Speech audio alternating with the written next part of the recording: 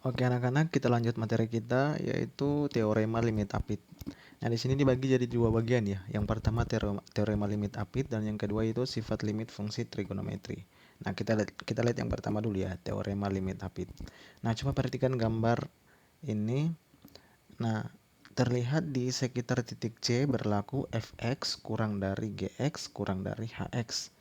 Nah, pada kasus seperti ini berlaku untuk teorema limit apit.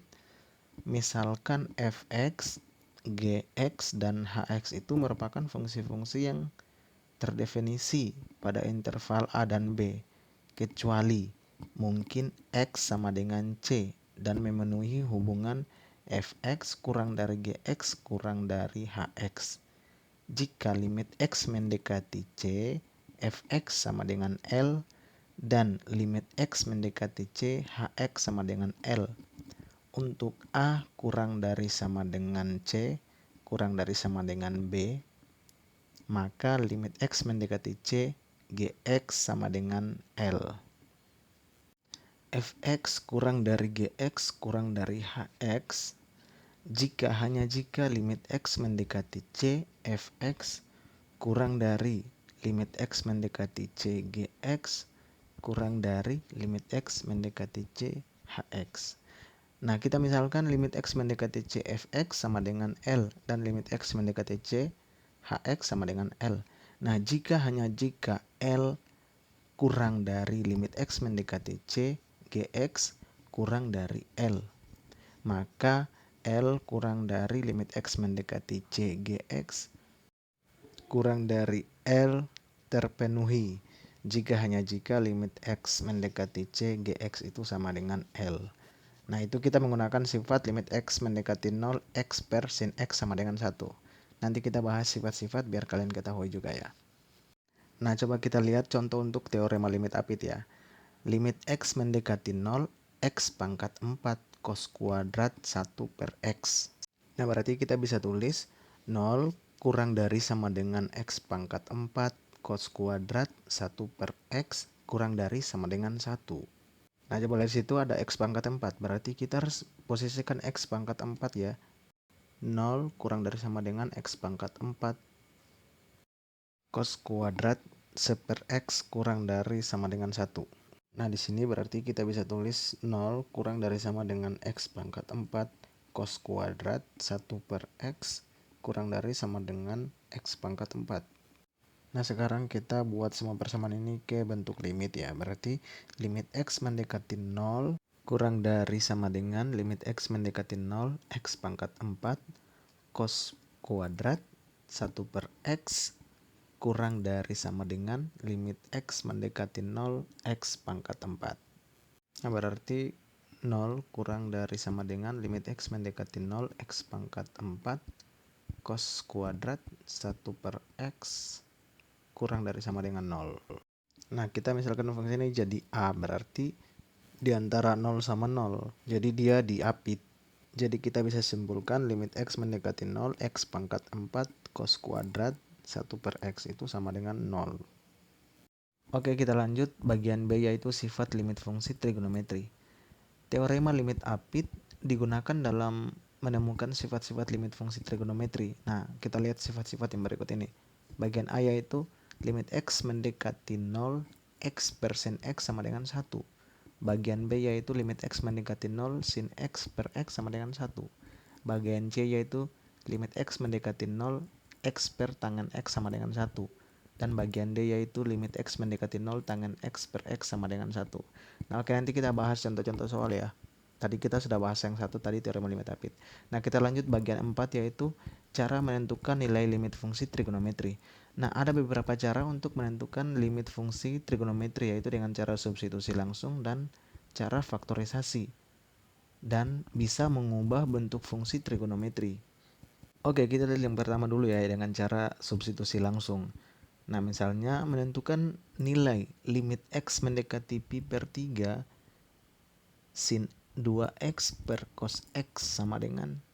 Oke, berarti kita langsung saja ya. Limit X mendekati pi per 3 sin 2x per cos X sama dengan sin 2. Nilai X-nya tadi mendekati berapa? Mendekati pi per 3. Berarti kita langsung ganti. 2 dikali pi per 3 per cos X. X-nya tadi mendekati berapa? Pi per 3. Berarti kita langsung ganti juga cos pi per 3.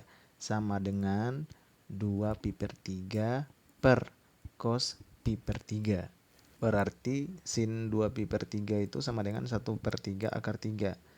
Per cos pi per 3 itu sama dengan 1 per 2. Sama dengan akar 3. Nah, misalkan fx sama dengan sin 2x per cos x, maka domain fungsi fx sama dengan df sama dengan x.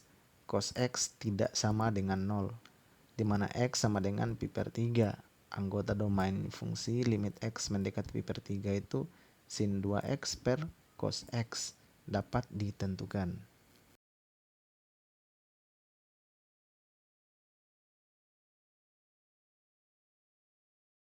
Nah, oke, kita lanjut yang kedua, yaitu cara faktorisasi. Menentukan nilai limit x mendekati pi per 2, 1 kurang sin x per cos kuadrat x. Nah, oke, yang pertama kita dengan substitusi langsung dulu, berarti limit x mendekati pi per 2, 1 dikurangi sin x per cos kuadrat x sama dengan 1 dikurangi sin x. X-nya itu kan mendekati pi per 2, berarti kita langsung ganti x dengan pi per 2.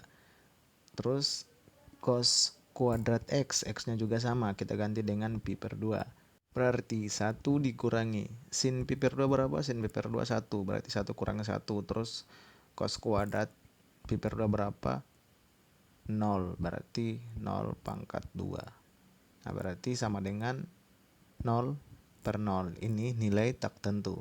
Oke, setelah itu kita mengubah bentuk fungsi trigonometri. Berarti limit x mendekati pi per 2, 1 dikurangi sin x per cos kuadrat x sama dengan limit x mendekati pi per 2, 1 dikurangi sin x per 1 dikurangi sin x pangkat 2x. Nah, ini bentuk fungsi kita ubah ya. Jadi limit x mendekati pi per 2 sama dengan 1 dikurangi sin x per 1 dikurangi sin x dikali 1 ditambah sin x. Limit x mendekati pi per 2, 1 per 1 ditambah 1 sin x. Nah, faktor yang sama itu kita hilangkan ya, yang itu dinamakan faktorisasi. Sama dengan 1 per 1 ditambah sin pi per 2. Nah, untuk nilai x pi per 2 itu kita substitusikan, berarti sama dengan 1 per 1 ditambah sin pi per 2 itu kan 1, berarti 1 ditambah 1 sama dengan 1 per 2. Nah, oke, kita lanjut bagian C, yaitu menggunakan sifat-sifat limit fungsi trigonometri. Oke, kita menentukan limit x mendekati 0, min 2 sin x tangen x per x kuadrat. Nah, seperti yang tadi juga ya, dengan substitusi langsung. Berarti limit x mendekati 0, 2 sin x tangen x per x kuadrat sama dengan min 2 sin. Itu kan x mendekati 0, berarti sin 0 tangen 0 per x pangkat 2-nya berarti 0 pangkat 2 sama dengan min 2 dikali 0 dikali 0 per 0 sama dengan 0 per 0. Ini nilai tak tentu juga. Nah, kita langsung dengan mengubah bentuk fungsi trigonometri. Berarti limit x mendekati 0, min 2 sin x tangen x per x kuadrat sama dengan limit x mendekati 0, min 2 dikali sin x per x dikali tangen x per x sama dengan limit x mendekati 0, min 2 terus dikalikan dengan limit x mendekati 0 sin x per x terus dikalikan lagi dengan limit x mendekati 0 tangen x per x. Nah, ini kita gunakan sifat limit x mendekati 0 sin x per x sama dengan 1 dan limit x mendekati 0 tangen x per x sama dengan 1. Nah, sifat-sifat yang dari tadi sebelumnya kita sudah bahas. Nah, berarti sama dengan min 2 dikali 1 dikali 1 sama dengan min 2. Oke, sekian dan terima kasih.